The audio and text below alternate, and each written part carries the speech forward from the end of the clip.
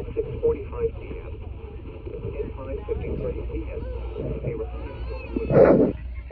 for 10 minutes east of Salem, moving southeast at 20 miles per